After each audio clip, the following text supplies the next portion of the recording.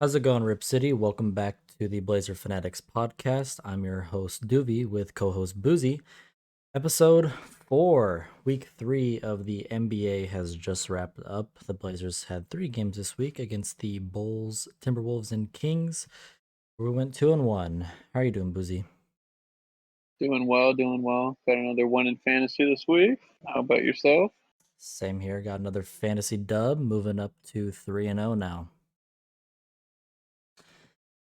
Okay, first, let's get into Tuesday's game against Chicago at home. 111-108, heartbreaker. Give me your initial thoughts on that game, Boozy. I mean, you would think this would have been a easy game coming straight out from going up to a pretty big sized lead in that first quarter, shooting lights out, hitting I think 7 of our first threes in a row, and then kind of just missing from there. And it was definitely a good performance, really up until that fourth quarter, end of the third kind of thing.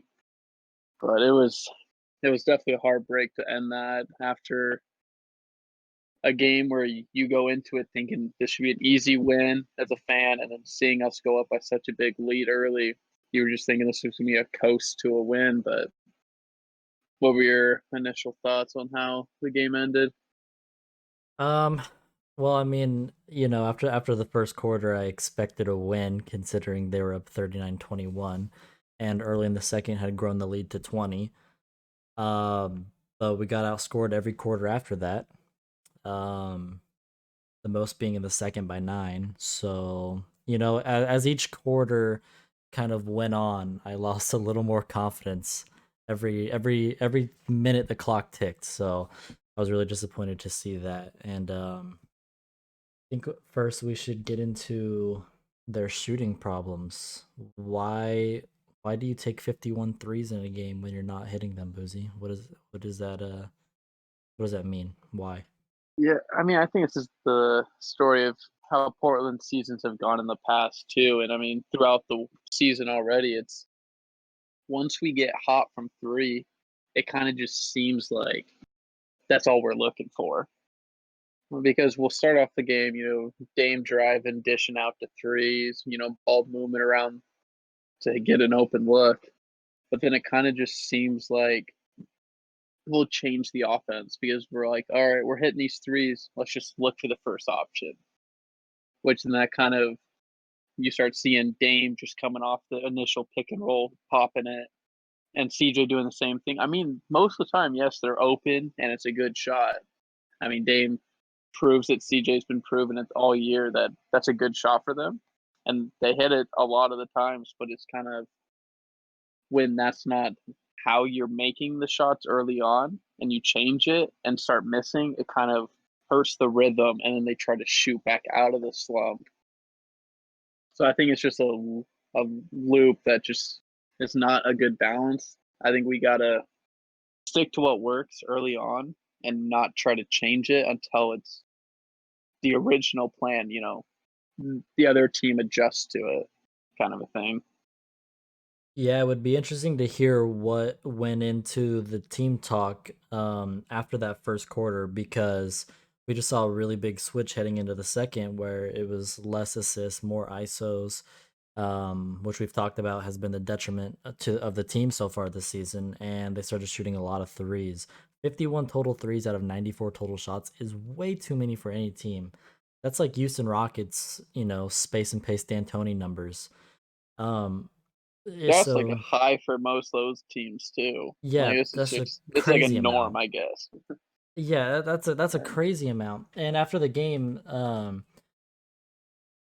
can't remember who said it, but one of our players had, I think it may have been Dame or CJ, said that that was an emphasis this season to shoot more threes. yeah, it was Dame. Dame, yeah, but at a certain point, it's like maybe you don't. Maybe you just stop. Yeah, I I think there's mean, just a. I mean, it was a good shooting night from three. I mean, shooting 37%, that's a good team effort. But it's just like when it's not working, we have the pieces around us to get us a layup or something else. Um, it just it was just a lot of settling. that was definitely not needed. And I mean, got to give credit to the Bulls. They had a lot of people step up for them. I mean, they had 7 people score double digits or higher, and it's hard to stop when you got an entire team going instead of just a couple key players. And they hit key shots late, and that's kind of what sealed the deal for them. And we definitely had looks at the end of the game, but it kind of went back to early on. Is why we lost our lead, is because the shots we were taking were still not making them. So Yeah, credit to the Bulls. As small of a team as they are, height wise, they play a very physical game. Thad Young off the bench is physical. He really gave Cantor and Nurkic troubles. So hats off to the Bulls. The first 20-point comeback of the year. Seems fitting it would go to Portland, go against Portland. But I guess you live and you learn, don't you? Next game, a bounce back game on Thursday against the Minnesota Timberwolves, where the Blazers won comfortably 135 to 117. Timberwolves did not have Karl Anthony Towns, so there's an important note there. But how did you feel about that, especially coming off of that Bulls loss? I think it was good. We started off the game really cold. It was not the greatest shooting night off the rip, but I think it was just Portland knew they had to turn it on, and that second quarter was a big tell, scoring 47 points, which is I think our highest of the year so far, and only allowing 27, which is another good point. And this just kind of went into Dame's night, at least late. I mean, they didn't start it off that way. It was mostly CJ leading that second unit with a huge run that really the Timberwolves couldn't match. Just they didn't have the depth, I guess, with Cat being out and whatnot. But definitely that second unit was the reason why this game got out of reach for them very quickly. Just Trent, Hood starting to look like his old self now. You're seeing a little more bounce in his step. He's not hitting the shots we're used to, but he's also been not playing for a while, and he's kind of just getting back into the rhythm. So it's definitely good to see him out there right now, at least looking for his own shot. And they're not going to go in now, but I'd rather see those misses in a game like this rather than a close one. And he'll start picking it up, which is good to see. And it was definitely a great effort from our whole team around defensively as well. I mean, you even see Dame with 3 steals. That's just you don't usually see our guards CJ and Dame going out and getting steals, but that's what they did, and it was a great team effort all around. Yeah, I think this is a very important for Damian Lillard in terms of finding his rhythm, especially after the Warriors loss where Steph put up 60 plus. That he got slandered on Twitter. He got slandered on the timeline for it because he's been struggling shooting wise this season. But for him to show up and drop 39 on Minnesota, and shoot well over 50% from the field and from three was huge for his confidence going forward. The Blazers shot lights out. Honestly, I think that was the main difference. I mean, we still allowed a lot of points, 117, but 54% from the field and 43.9, 44% from three. That felt like our Clippers night when the Clippers blew us out. So it was nice to see us get one of those. I mean, to drop 135 on anybody is a huge win. Um, we just played a really all around game, in my opinion. We saw Jusuf Nurkic back with 17 points on 8 of 10 shooting. That was huge. He Cantor was definitely a didn't lot more miss. aggressive too. Yeah, he was. He It he was finally showed that aggression. I agree. Um, Cantor didn't miss a shot off the bench, going 5 of 5. Simons came in, played a few minutes, had shot 3 of 5. So it's just really complete team performance. And I think we needed that bounce back. After that really ugly Bulls loss, where there was a lot of criticism going the way of Dame, going the way of the coaching staff. I think this is an important stepping stone that the Blazers can use to keep climbing up the standings and keep climbing, getting better as the season goes forward. How about and that? another note Oh that yeah. was your Little's first game back too, which was a good sight to see. Always good to see him back on the floor. Yeah, it was great to see Nas after what he went through with COVID. He gave us good details on how it really impacted him, saying he could barely jump. He was just so weak. Um, so it was really great to see him back on the court, and he had a much bigger impact in the Kings game. 125 to 99 in that one, another blowout win. How did what did we see from this game? How did it differentiate still from the Minnesota win?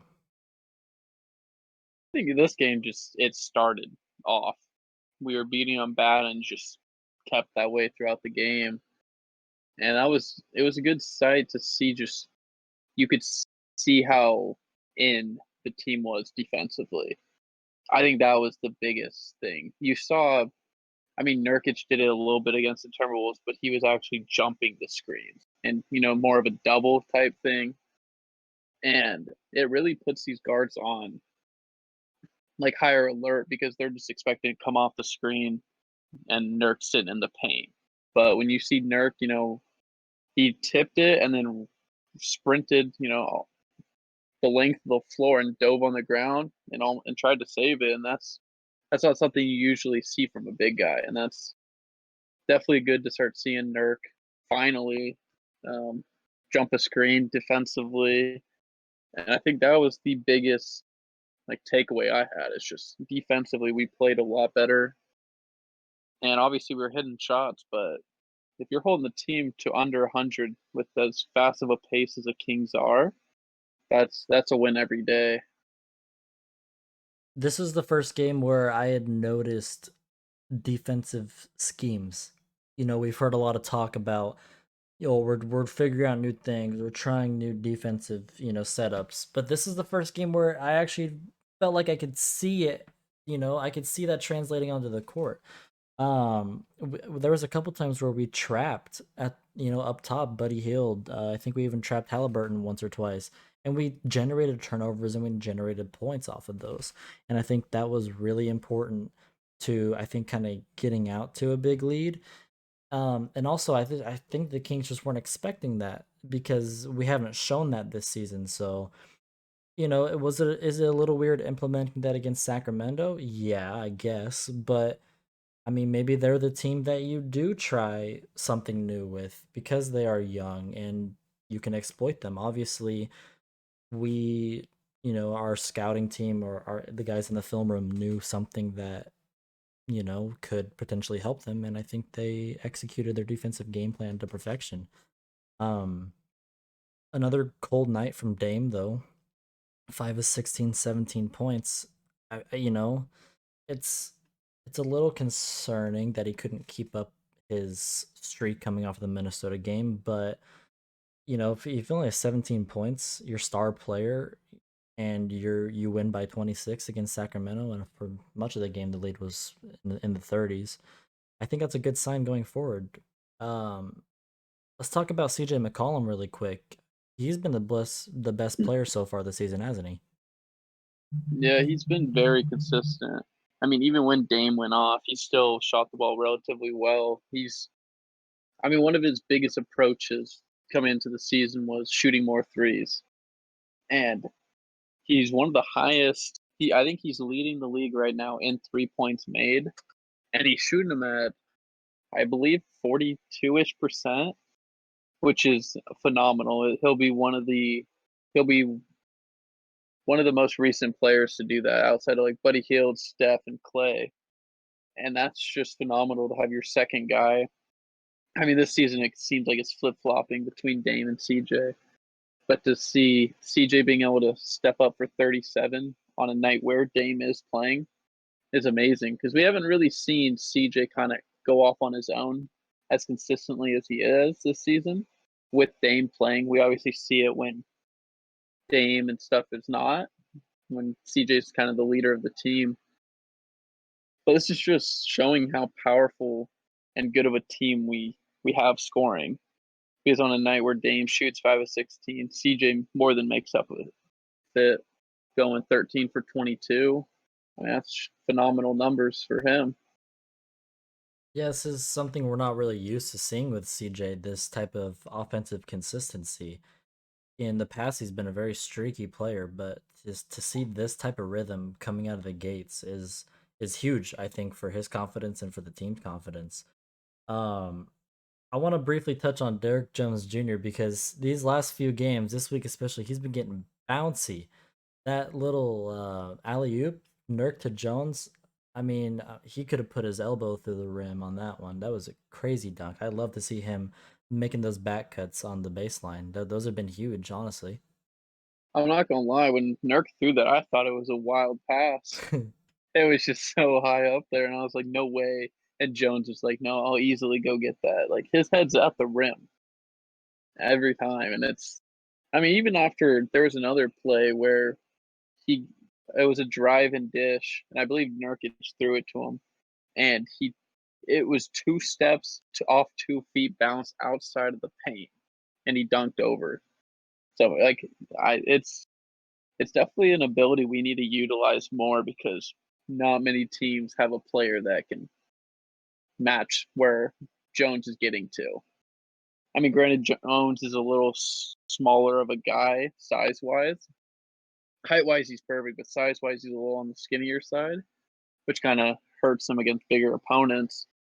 But just having his freak of nature athleticism is definitely a huge underrated thing that helps defensively too with getting blocks, and that also helps with his agility and being able to stay in front of quicker opponents. I mean, he had to guard anywhere from Halliburton, Fox, Barnes, Heald, and he did a phenomenal job on all of them. I mean, they shot 40% and even 27% from the three, and kept Fox and Heald to a combined 18 points. Which, if you do that to anybody, any team's two-star players, you're winning every night.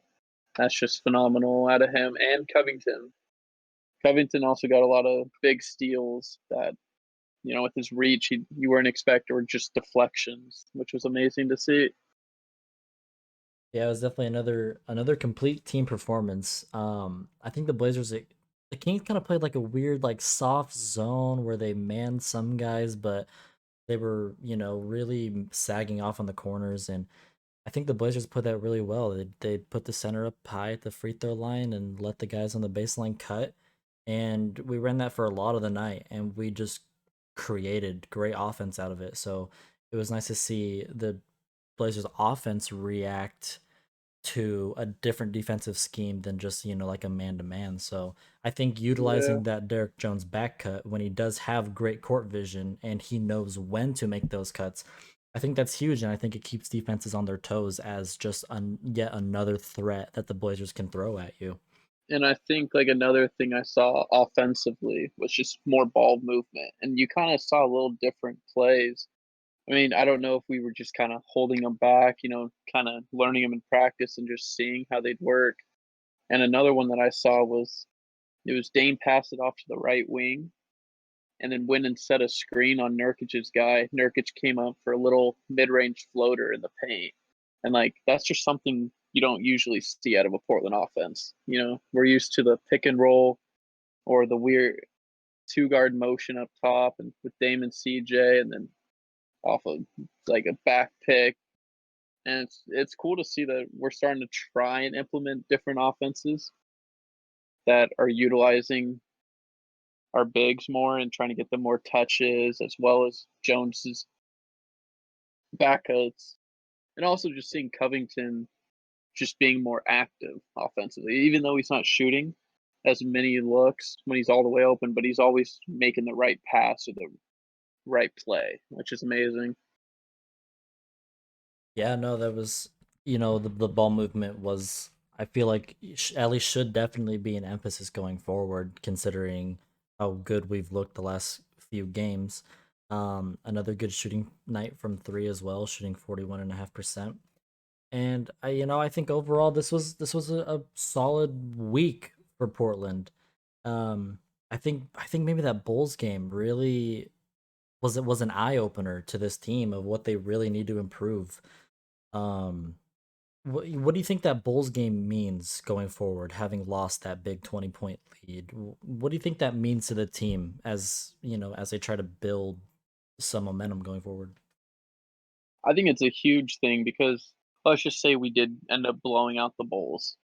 It obviously looks really good on paper, but it also comes down to it's not exposing what's wrong with the team. I think that's why it's good to have Portland struggling early on, as are most teams, with injuries and various other things that they're just not performing as well. And it's definitely good to have that Bulls loss early, a game we should have won. We were winning bad and then lost the lead. It kind of just teaches you to close a game out because I think that's what you could see offensively and defensively in that Bulls loss, that the team was really not involved anymore. And it was kind of when they needed to flip the switch back on, it didn't seem like they had the ability to, just with how well the Bulls were playing against us. And it was good to see just an instant turnaround. Being able to close both these games out. Granted, the Timberwolves, made a pretty big comeback, you could say, in the fourth quarter against, our third string players. But most of that game was 30 points when our stars were playing, and probably would have kept that way if we would have ran through our rotation like a normal night. And then against the Kings was the same way, but we kind of played our starters a little more. So I think it's definitely, like you said, a huge eye opener for the team and whatever. But I think it was much needed. And I think it benefits more than just seeing a one loss on the loss column. And I think moving forward, it will make up for having less losses at the end of the season.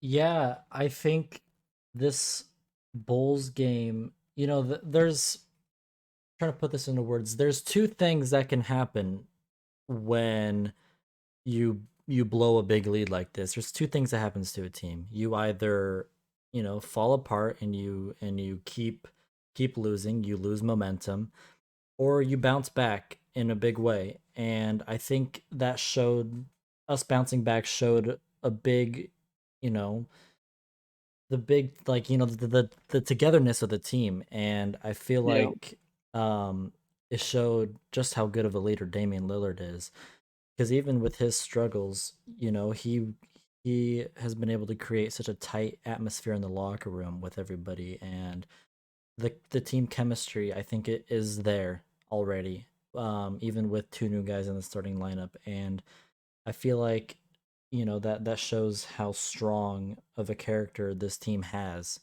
um, to be able to have two big wins against two. I mean, Timberwolves are struggling, but the Kings have shown good things against two okay teams this year.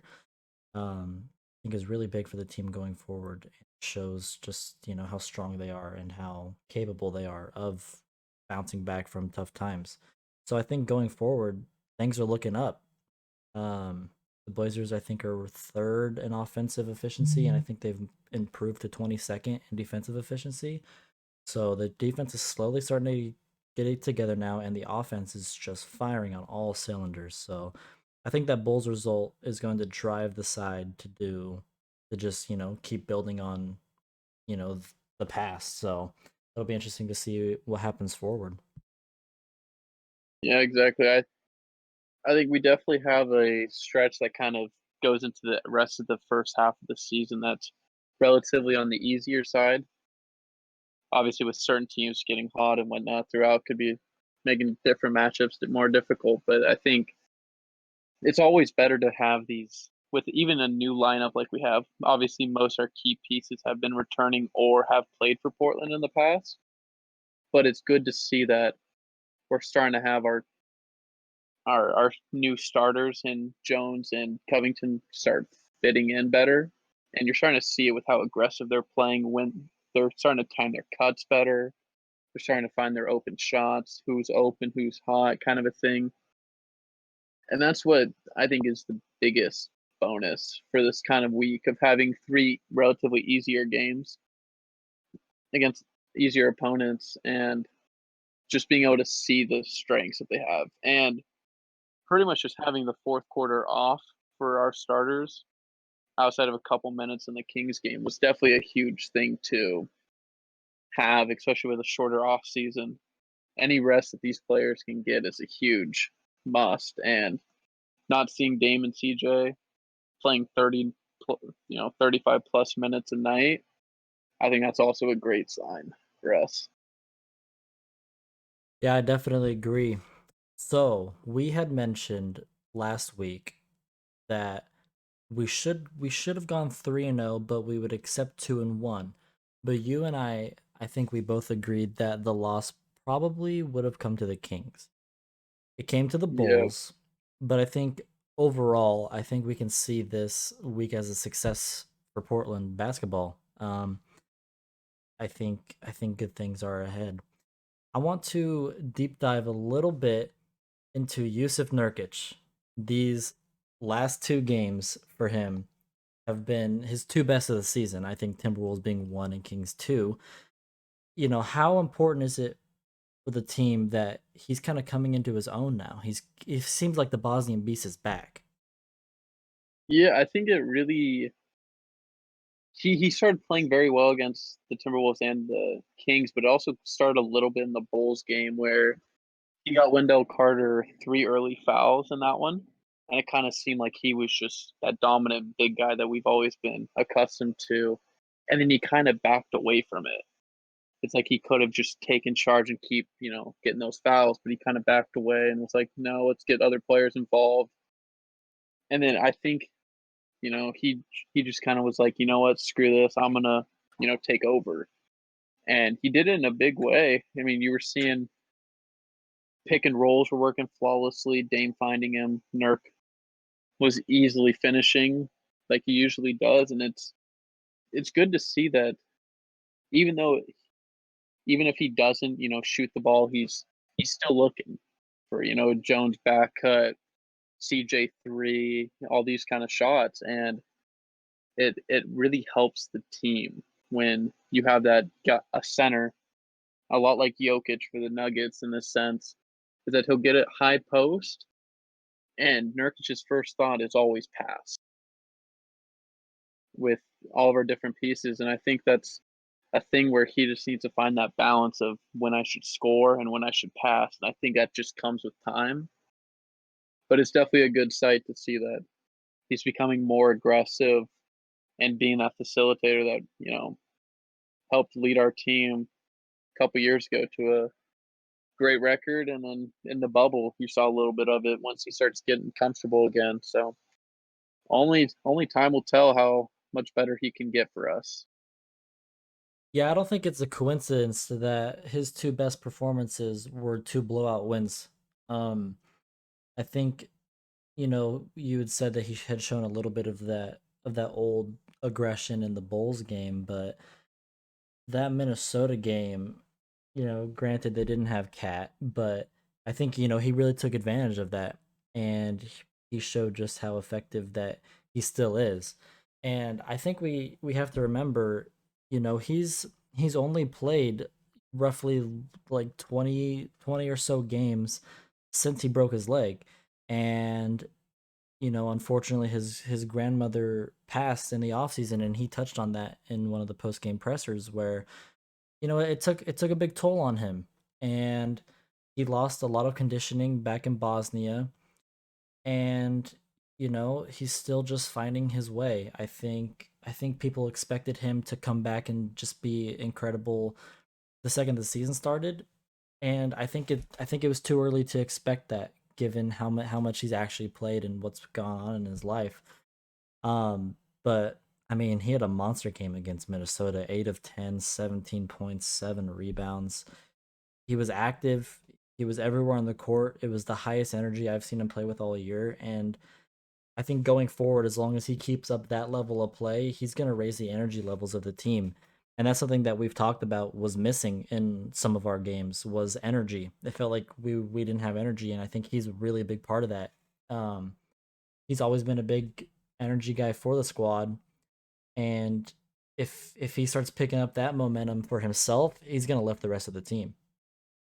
Yeah, and I think it also comes into the interview he had this past week, kind of, seeing who's in his corner. Obviously we're used to these people being idols and stuff like that to us. But I mean, they're all like us with their feelings and everything, and it's kind of like it's good to see the culture we built that they've built in Portland. Saying like, Nurkic obviously wasn't having the greatest season, and he's been going through a lot, and it's good to see that the whole team was around him.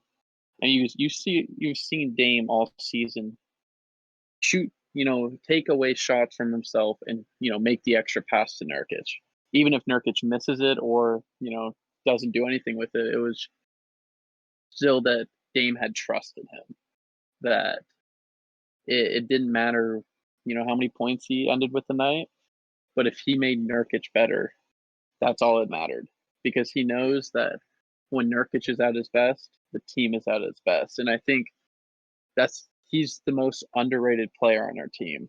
He's like that glue guy that if he plays well, it really helps the team. And if he doesn't, it shows. It kind of exposes our weaknesses that he fills the void for. And that's another thing with Dame being our leader. It's even with Nasir Little too.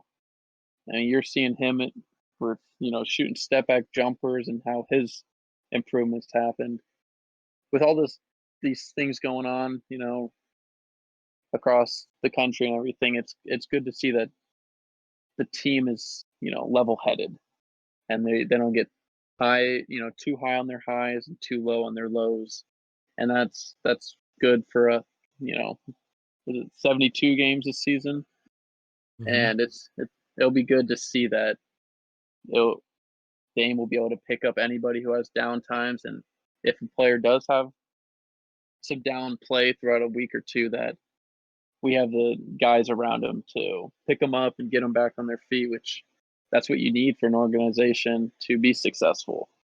And they have the key pieces to do it. And if this is just the start for Nurkic, and it only can go up from here, especially with us being seventh right now in the rankings and not playing relatively well. That's a good spot to be in. A lot better than we started last season for sure. Yeah, I know that, Rip City will always have Nurkic's back. I know the team will always have his back. And, he's when he's at his best, he's a potential all-star candidate at the center position. So it's really great to see him coming back into his own and really, starting to improve this season going forward. We can only hope that it continues. We have some viewer questions to answer tonight, Boozy. We Ooh, had asked on Twitter, send us your questions and comments, Rip City, and we will discuss them in the episode.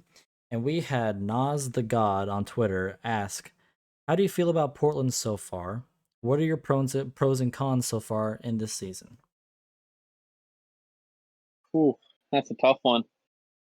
I mean, obviously the record, it's 5-4. It doesn't show the best, but it's good. It's we obviously had a tough start.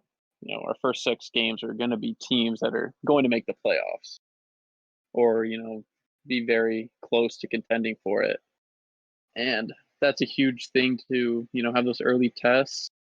And I think we've gone over a lot of hurdles, and it makes our with a shorter preseason and off season.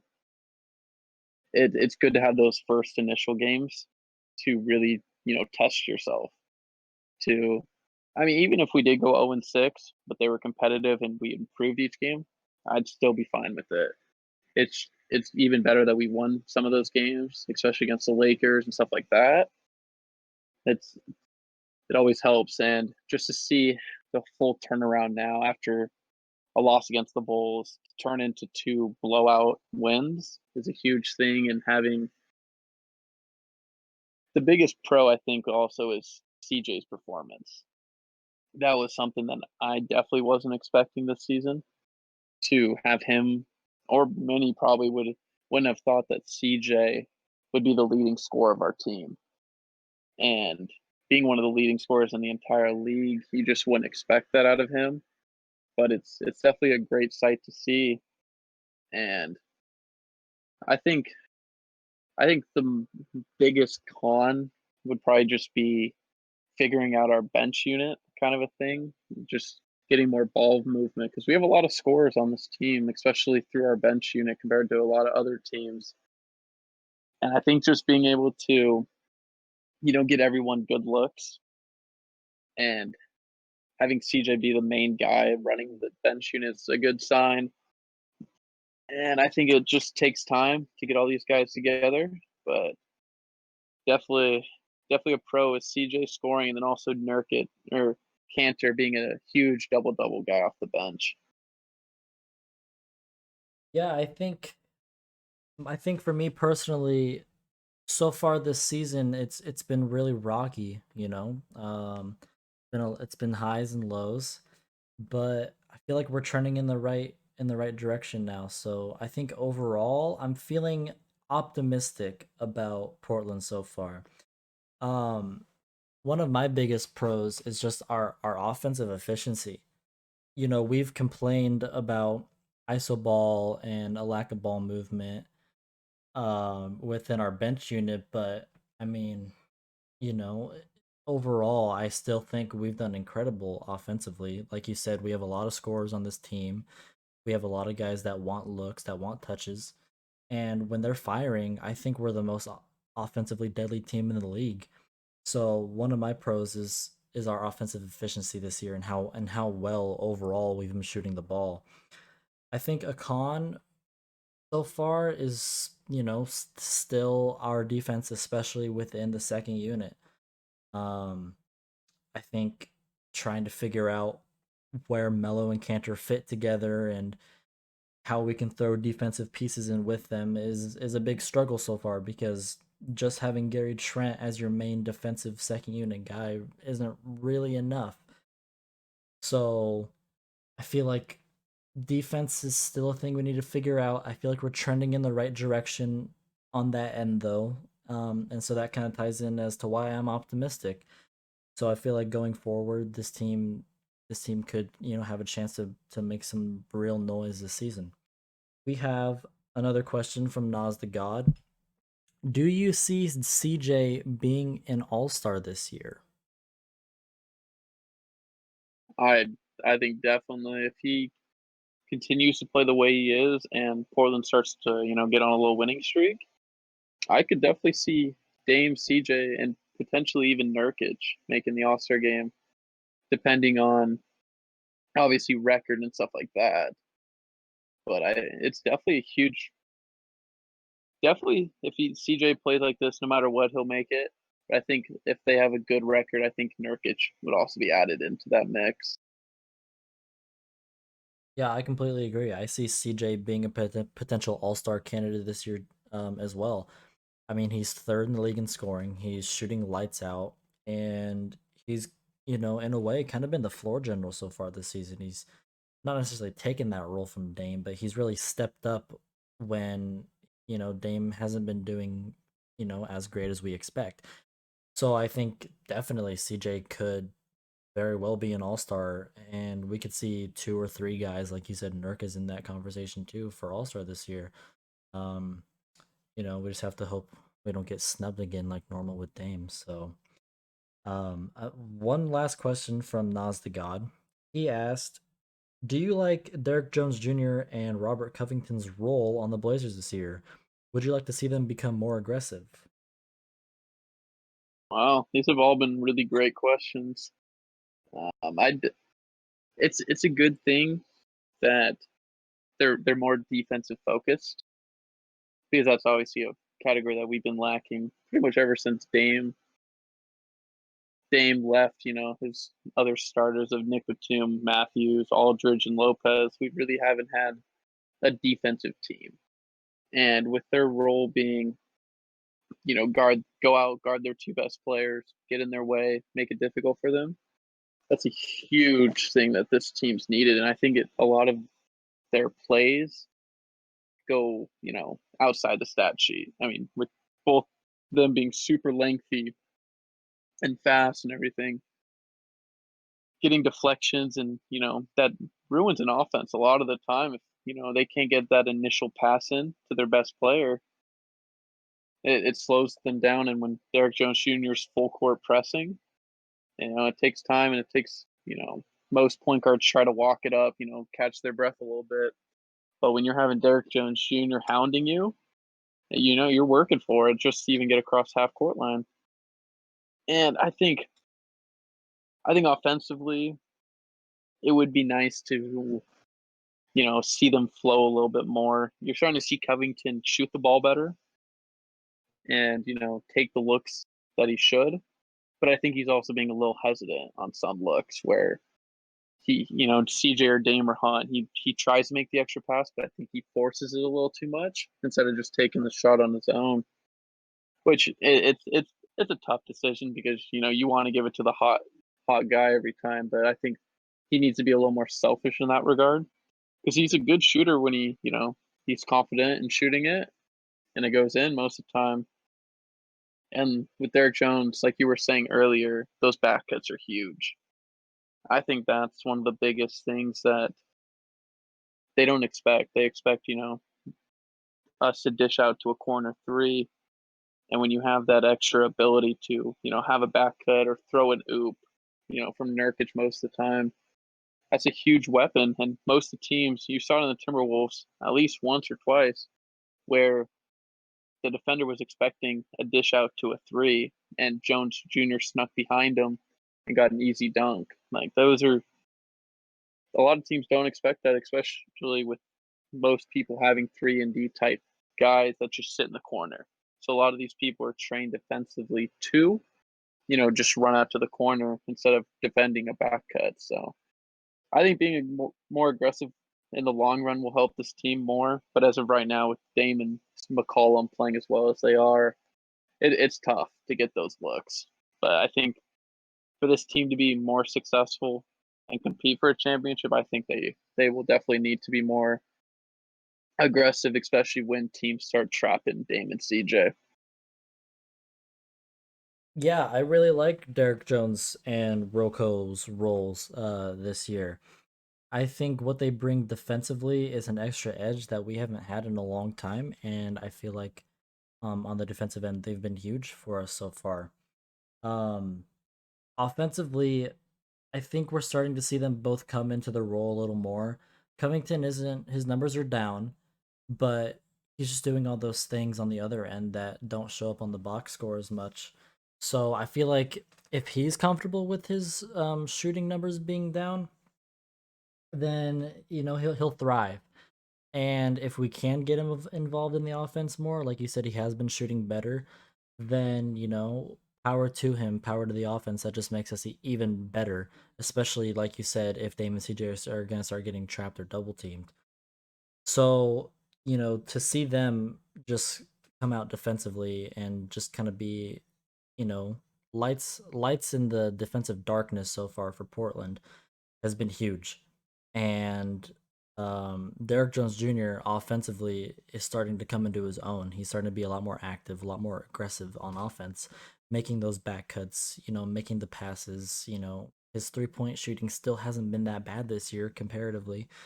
So I feel like I really like what I'm seeing them this year, and they're giving the Blazers that kind of extra little spark that has been missing.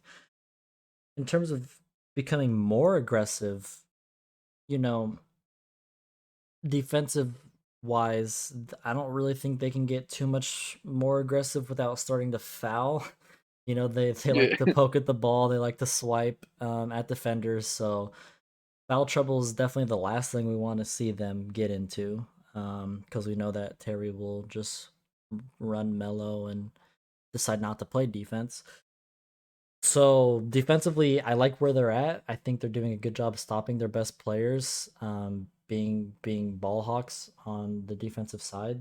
So I feel like they're good there. But offensively, I think they just need to keep building that chemistry with Dame and CJ and Nurk.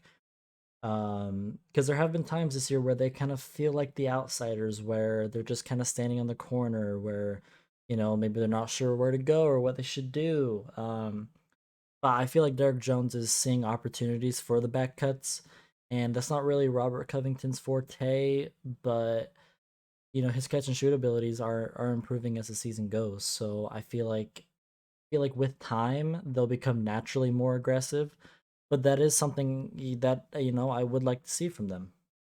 Yeah, you could definitely see it with Gary Trent as well. That's something that, Trent came into the league, really only being able to, hit a, catch and shoot three.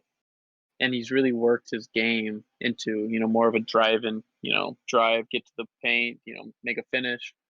Or he's got his little fadeaway or step back moves that have really been helpful. And I think that's something that you could see from Covington more as of him driving to the paint. He's been doing it quite a bit where he'll drive to the paint, kind of dish it off to another player. So he's shown flashes of that aggressiveness. It's just I think he just is a new player and doesn't want to overstep, what Dame and CJ do. So I think it's just them finding that right balance that, Trent's kind of found his groove and Hood as well a little bit, that they kind of know when to drive, when to not drive in the system. And I think Covington and Jones both have that ability that they can quickly adapt. And I think that helps us in the long run to see, having all of our guys being able to do more than just catch a shot and shoot it or catch the ball and shoot the three. I think that's the biggest thing if they can just, add more dimensions to their game, which will help. Yeah, I agree. I think, you know, like we touched on earlier, with time, I think they're going to become more integrated into the offense, and I'm excited to see where this goes. Let's move into next week's games. As of when this comes out, the Blazers have a game tonight against the Toronto Raptors. Um, Raptors are a struggling team. The Blazers are favored by 4.5. They're going up against the human fidget spinner Pascal Siakam. This feels like a game that they should win. You, I, f- we're playing at home, and I think the Blazers have another opportunity to keep the momentum rolling. A 3-game win streak would be huge at this point in the season for us. So, Yeah, what are some quick definitely. thoughts on the first game? I it's definitely going to be a good one for Portland to have. I mean, the Raptors are definitely a better team than their record shows right now. They've been, having adjustments and different kind of personnel going around, and they just lost a close one to the Warriors last night, and it's definitely a key thing to that they're on a second of a back to back. So their main guys played a lot, and I think that definitely plays into Portland's favor. Them having to travel to Portland for another game on a second of a back to back after a long one that they lost. Hopefully, the Raptors are going to come out swinging, but hopefully we can, fight them back on it, and hopefully it ends in another Kings and Timberwolves result. Yeah, speaking of the Kings will be looking for a revenge game on Wednesday, this time in Sacramento. Or I guess last one was as well. Um, I feel like we're gonna see different Kings, just like we saw a different Warriors team. I'm worried about that one. Not gonna lie, I'm not sure what to expect from it. Yeah, it definitely really depends how Portland wants to come out of that game because that is the first of a back to back, our first of the season, and it would definitely be good to have another result like we saw Saturday with our starters pretty much sitting out the fourth quarter. That'd be a huge thing to get more rest for our players, especially on a back to back set like this against as we'll go on later against a greater team for that second match. But I hope we can just come out swinging and just get off to a huge lead and just don't look back from there. Yeah, it'll be interesting to see how that one goes. I never like playing teams so close together just because, they're always looking to mix things up dramatically, and one team may not be expecting it, as we saw against the Warriors. Then the Blazers next night come back home to Portland to face the Indiana Pacers, who have gotten off to a really good start this season. This feels like a game that we could very well lose. The Pacers are, really finding their own with Sabonis and Oladipo and Malcolm Brogdon putting up 23 points a game so far this year, shooting great. Yeah, this is going to be a really tough one. This is going to test the team's character. Yeah, I mean, it'd be a good tell because they're going up against two of our former matchups against the Kings and the Warriors, before our game. So it'll definitely be good to see, how they fare against competition we've already played. And they're definitely a tough team, kind of playing the system we do a little bit with, playing two smaller guards and Brogdon and Oladipo, more defensive minded that they are, but they obviously can score the ball lights out. And with the bigs that they have of Sabonis and Turner, it definitely will be a big test to see Covington out there against another big dominant big guy in Sabonis that he fared off really well against Anthony Davis earlier in the season. So we hope to see that he can continue to play that way, and I think we will. And I think hopefully that we can get off to a hot start and stop Oladipo and Brogdon with our guards, and then allowing our other players to really make a difference on their other key players. Yeah, I think with Oladipo and Brogdon being defensive-minded guards, this is a chance for other dudes to step up. This is a chance for Jones, Covington, and some bench players to have a breakout game this season. So it'll be interesting to see how we handle the defensive prowess of Brogdon and Oladipo. Then on Saturday, Blazers stay in Portland to take on Trey Young and the Atlanta Hawks. How are you feeling about that one to end the week? It's definitely a good way to end the week on. The Bulls are still trying to find their own. I am a firm believer that they're definitely going to be a playoff team in that Eastern Conference. Obviously, not off to the best start, 4-5, and big part of that kind of recently has become to Trey Young just not performing as well as you would expect. Going in against the Bobcats, he was held to 7 points and 15 points, and that's not something a key player should be able to do. So this would be another big test. This, they have a lot of talent, and they play really fast, just like kind of the Kings have played for most of the season. So definitely be a test to see if Portland can control the pace of the game, play within our terms rather than get off to theirs. And I think this will be another test for Derek Jones Jr. to see how well he can guard Trey Young and be able to stop him, because this is a player who has gone off against us in the past. And I mean, they beat us decently bad the last time we played at Atlanta. So hopefully this can be a comeback on our home floor, and hopefully, another good result. Yeah, I think Atlanta hasn't gotten off to the start that they would have liked, being 4-5 through the first 9 games, but they're definitely remind me a lot of the Kings in the sense that they're scrappy, they're athletic, but I feel like they're definitely made to win now more so than the Kings. They're definitely in a more of a win Yeah. now position, adding as like Gallinari in the offseason. And so it'll be interesting to see how we go up against a team that isn't really performing how they should be so far, but is still a major threat. I feel like this is a big chance for our guys to, or bigs to have a big night. Because John Collins, not the best, not the best defender, in the world. But I feel like this is an opportunity for Portland to come out and have a strong showing against a potential Eastern Conference playoff team. So, what is your record outlook for the week? What's realistic? Do you think that the Blazers should finish this week going? I think just with how we finished this past week, I think 4-0 is very, you know, reasonable. And I think it's very doable for a team because we're going up against, a couple teams that are struggling, and the Kings and the Hawks. and we're starting it off, especially with the biggest struggle of the whole season, the Raptors. So we hope we're not the team that they bounce back on and turn their season around. But they're a team that could go off big. They scored 105 and held the high scoring Warriors team to 106 points. So they're not totally known for their defense, but they definitely can slow down the pace and with a guard like Kyle Lowry, they can do it. So I think if we can get past the Warrior or the Raptors on a good note, I think this week 4-0 is a very likely scenario.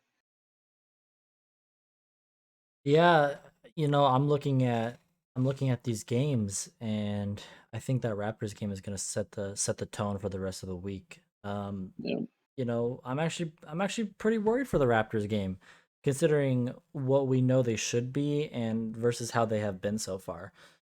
And I feel like they're kind of relishing the chance to finally get to play Portland this season because Portland has been known for the last few years to kind of be that team that people get hot against.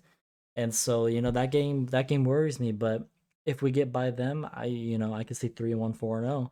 But if we fall to them, we could be looking at a potentially 1-3 week.